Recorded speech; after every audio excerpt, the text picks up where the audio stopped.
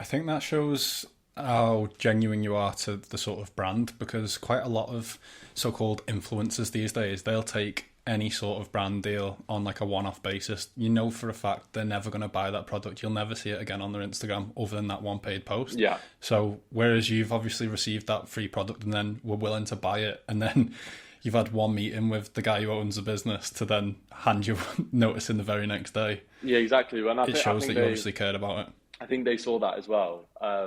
And it started from me as well. Like it wasn't like they reached out to me or they were actively looking. So like I almost put the groundwork in, and I love the product so much. Even to this day, I massively believe in the product. Like I think it's going to hopefully take over the world. You know, it's going to be one of the biggest non-alcs, and it's going to hopefully transform the way people drink. So for me, it was just a massive belief in the product, and also Mark, the founder. I think he's someone I massively look up to, and like he almost see him as like a mentor figure.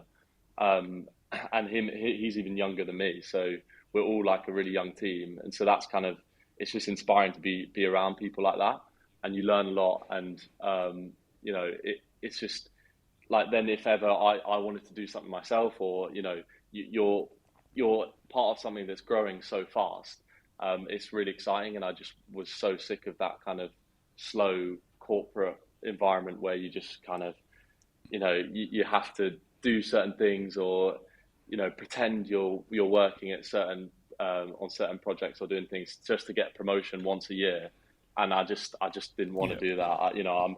I've always been kind of like itching to do something more, and I just couldn't stand the pace of a corporate environment where it could take 10, 20 years to get to where you want to be. I kind of get that. We were saying before, like I'm a project accountant by day. I totally understand the whole corporate side of things being a little bit slow at times, and yeah, you have got to sometimes wait around to get that promotion and the right timing and all that. So I can imagine being in a startup, it's quite exciting.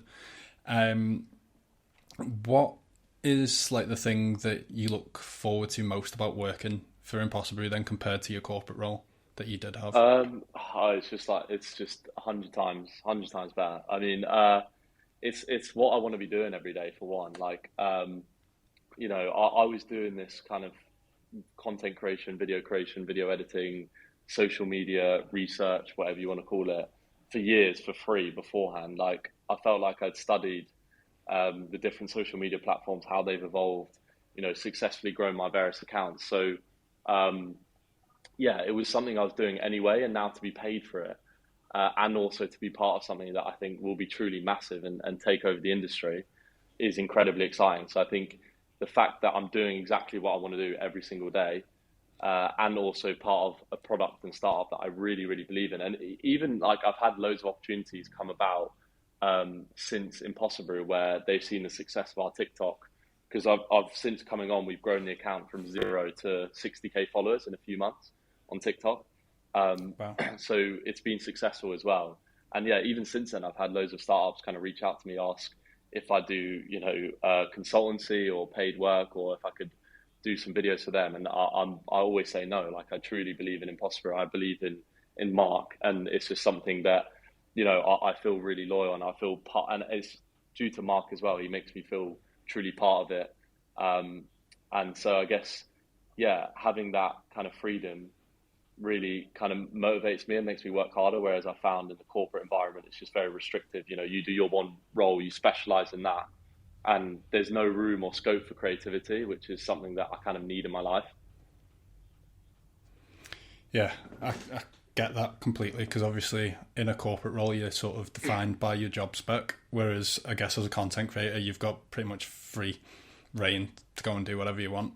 Yeah. And you mentioned about you want Impossible to sort of take over the market. I actually did try and buy one of your sample packs so I could have one whilst we were on the podcast, but they were all sold out. Oh, So right. Yeah. I Yeah. guess Yeah. that's a good sign. Yeah, we've been on pre-orders at the moment, the last month or so, because we've had like really successful last few months, and largely due to the content, we've been expanding the team a little bit. We've been running and boosting the ads a little bit more on like Meta and stuff. So yeah, like kind of we had our most successful month ever in January. The business is growing rapidly, so I kind of joined at the right time. And don't get me wrong, Yeah. it's stressful at times as well, because I promised that I could deliver, and so far, we've been growing the social medias, we've been doing well, but it could easily just not work out. You can easily flatline. It's very Yeah. unexpected. You don't know what's going to happen. So I think getting myself involved in all aspects of the business, like I'm over up in Manchester at the moment. I live in London, but I'm up in Manchester at the moment, in the office up here, and just like kind of working closely with the guys and helping where I can kind of strengthens my role in the business, I guess, because when you're in such a small team in a startup, you kind of have to do a bit of everything. Yeah, definitely. So what sort of measures are you taking at the moment then to make sure that it doesn't flatline? Can you see me? Okay, by the way, the lights have come off. Is Yeah, that okay? yeah, it's all good. Okay. Yeah. Yeah. So measures, I just kind of go do everything I can each day.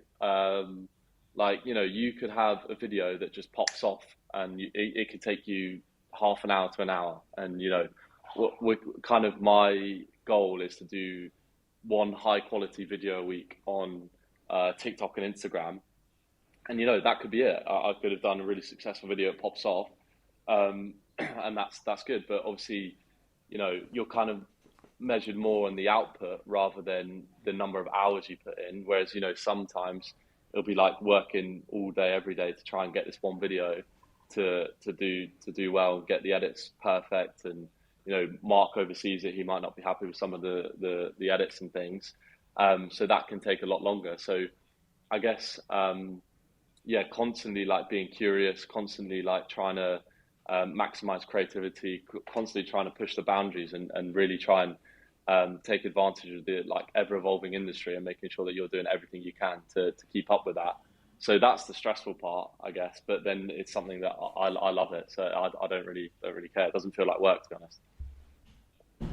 Yeah, there's that old saying, isn't there, that when you find like something that you enjoy, it'll never be work because you enjoy it that much. Yeah, If you're I turning mean, up every day a with lot, a lot of my that mates, freedom, a lot of my mates think I'm unemployed. So they think that I don't work. right? But I mean, like it is work, but it's just I guess yeah, when it's something you're truly passionate about and you feel like you would do it anyway or you do it for free, then it is a different story. But then I guess it's very unpredictable. Like the corporate environment, that you're pretty safe and you pay the same every single month, whereas social media is very up and down.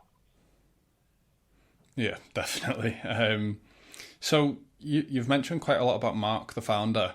I actually saw the episode where he was on Dragon's Den. Was that before or after you started? So that was before. So that's the other thing as well. So like even today, we get contacted like every single day, people asking either to invest or to work for us.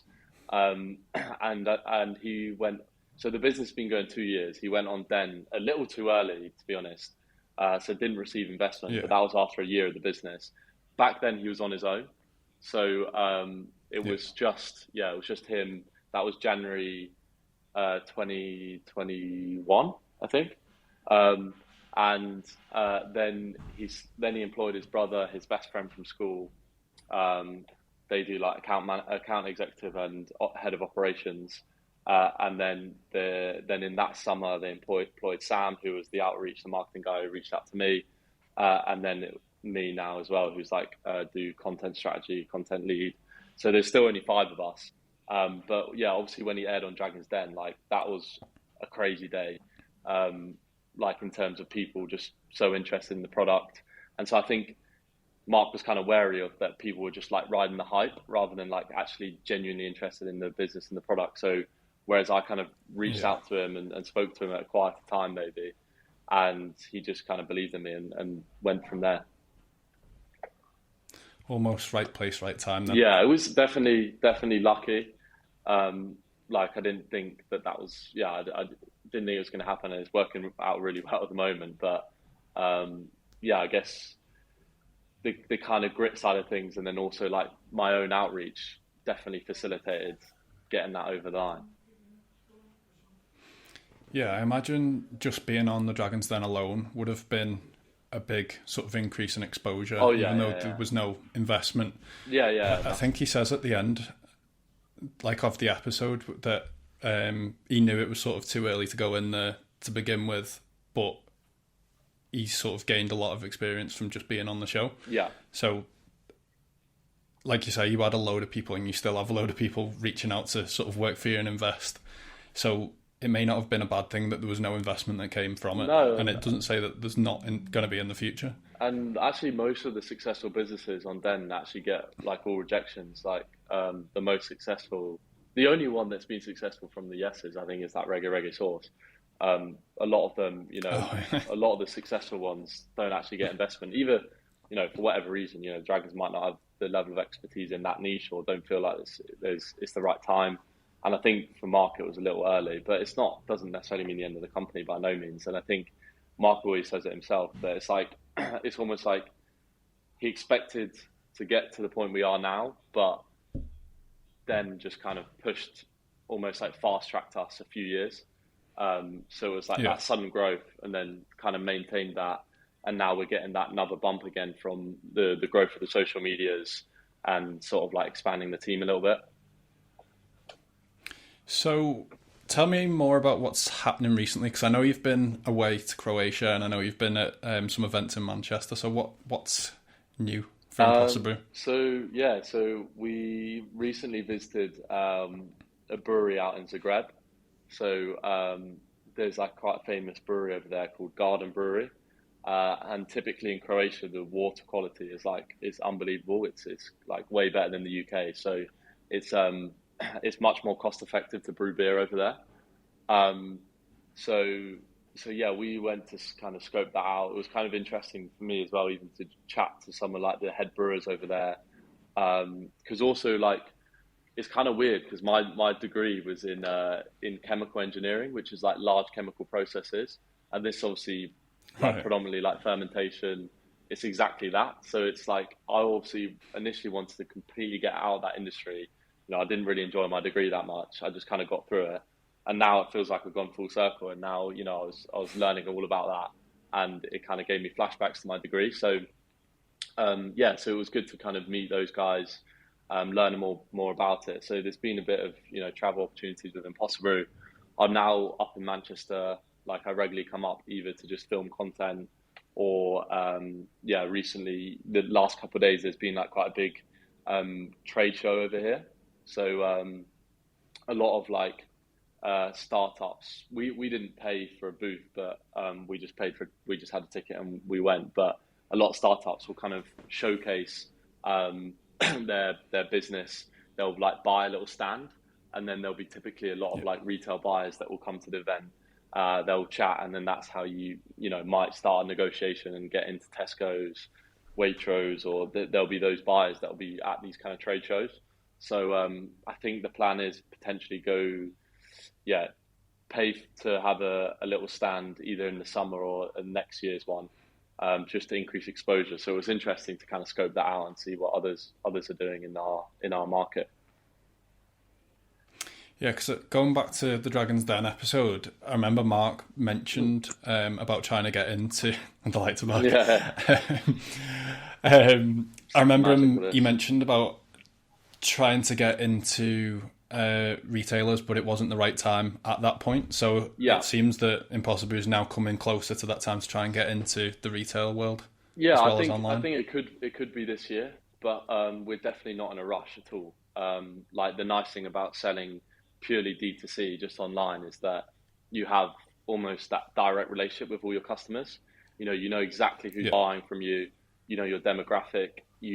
We have a survey at the end of every single purchase, so we can see direct feedback, what we can change, what we can improve, any new products that they want us to launch. So having that direct relationship with our customer base just strengthens us even more, I think. And so then if later in the year or next year we then pitch to retailers, we're in a much stronger position because we've got all our numbers, our revenue, everything kind of in front of us. We know who to sell to. We know exactly in terms of, for my job, like in terms of like marketing to people online through social media content, it makes it a lot easier. So I think there's definitely no rush, but it could be end of this year or next year. We'll see.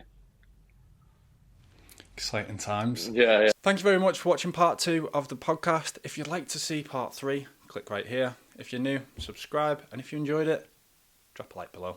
Thank you.